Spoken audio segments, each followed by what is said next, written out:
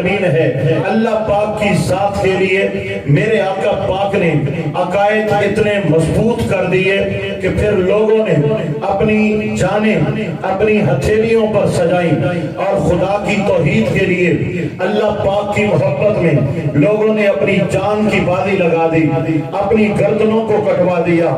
جو کل تک اللہ پاک کو سجدہ کرنا روا نہیں سمجھتے تھے، پھر زمانے نے دیکھا انہی لوگوں نے اپنی جانوں کے نذرانے خدا کی محبت میں قربان کر دیے ہیں۔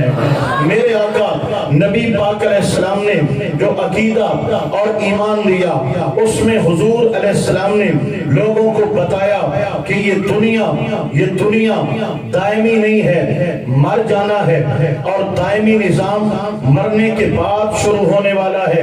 قیامت کا میدان ہے، حساب و کتاب ہے، جزا و سزا ہے، جنت و دوزخ ہے۔ لہذا کامیاب وہ ہے جو اللہ کو راضی کر گیا اور اس کی نعمتوں کا حقدار ٹھہرا، نامراد وہ ہے جو رب کو ناراض کر گیا اور اس کے عذاب کا مستحق ٹھہرا۔ لوگوں کے دل اتنے اجلے ہو گئے کہ دنیا سے بے رغبتی پیدا ہو گئی۔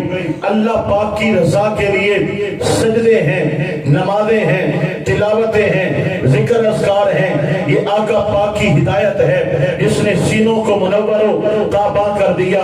میرے آقا رسالت مآب علیہ السلام نے یہ عقیدہ دیا، اللہ کے جتنے پیغمبر ہیں، جتنے نبی ہیں، سب پر حق ہیں، اللہ ہی کی طرف سے ان کو ارسال کیا گیا، مبعوث کیا گیا۔ سب کی نبوت و رسالت پر ایمان لانا لازم اور ضروری ہے۔ یہ تصور ختم کر دیا کہ ایک نبی کا ماننے والا دوسرے نبی کی گستاخی کرتا تھا، ایک رسول کا کلمہ پڑھنے والا دوسرے رسول کی مخالفت کرتا تھا۔ میرے آقا پاک علیہ السلام نے یہ پیغام دیا ہے، مسلمان وہ ہے جو حضرت آدم علیہ السلام سے لے کر پیارے محمد مصطفیٰ تک ہر نبی کا ادب کرنے والا ہے، ہر رسول کا احترام کرنے والا ہے۔ یہ میرے آقا کی ہدایت ہے جو میرے آقا پاک نے عقائد کی صورت کے اندر اپنی امت کو عطا فرمائی ہے۔ سامعین محترم، اگر کھول کر بات بیان کی جائے تو کھولتے جاؤ، بولتے جاؤ، پھر ہفتے گزرے، پھر مہینے گزرے، پھر سال گزرے، یہ بیان ختم نہ ہو۔ اور اگر چند جملوں میں اپنا مدعا دینا چاہوں تو وہ سمجھ میں بات یہ آتی ہے، رب ذوالجلال نے فرمایا والذی ارسل رسولہ بالہدی، لوگوں میں نے حضور کو ہدایت والا کیا ہے، آپ کے ہاتھ میں میں نے ہدایت تھما دی ہے۔ حضور اللہ کی طرف سے ہدایت لے کر آئے ہیں، لہذا میرے اللہ نے ایمان کا قبلہ ذات مصطفیٰ کو بنا دیا ہے۔ ہدایت کا منبع، ہدایت کا مرکز، ہدایت کی سمت اللہ پاک نے ہدایت کا قبلہ حضور نبی مکرم صلی اللہ علیہ وسلم کی ذات کو بنا دیا ہے۔ اور دوستو، میں قرآن کی آیات مقدسہ تلاوت کروں، ترجمہ کروں، پھر مفسرین کی آراء پیش کروں تو بڑا وقت لگ جائے گا۔ میں احادیث مبارکہ کی روشنی میں اپنا مدعا ثابت کروں تو بڑا وقت لگ جائے گا۔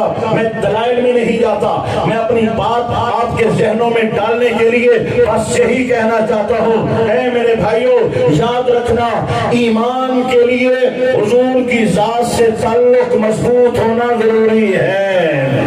میرے آقا کی ذات سے جس نے قلبی تعلق جوڑ لیا، اس نے ہدایت سے تعلق جوڑ لیا، ایمان سے تعلق جوڑ لیا، جو کلمہ پڑھ سکے، نماز پڑھ سکے، تلاوت کر سکے، ذکر کر سکے، اور میرے نبی سے تعلق نہ جوڑ سکے، سب کچھ رائے گاہ ہے۔ لکھ روے کوئی کردہ بھاوے، دل تھی اللہ اللہ ہو، جے نہیں دل وچ عشق نبی دا، سمجھو بھانڈا خالی ہے۔ حضور کے ساتھ تعلق قائم کرنا یہ لازم ہے، یہ ایمان کی اصل ہے، یہ ایمان کی بنیاد نہیں ہے، یہ ایمان کی روح ہے، ایمان کی حقیقت ہے۔ یہی وجہ ہے، یہی وجہ ہے، یہی وجہ ہے اس امت کو قرآن اور حدیث کی روشنی میں ہمارے اکابرین نے جو عقائد صحابہ کرام سے ملے ہیں، اہل بیت کرام سے ملے ہیں، سلف صالحین سے ملے ہیں، ان عقائد میں یہی بتلایا گیا ہے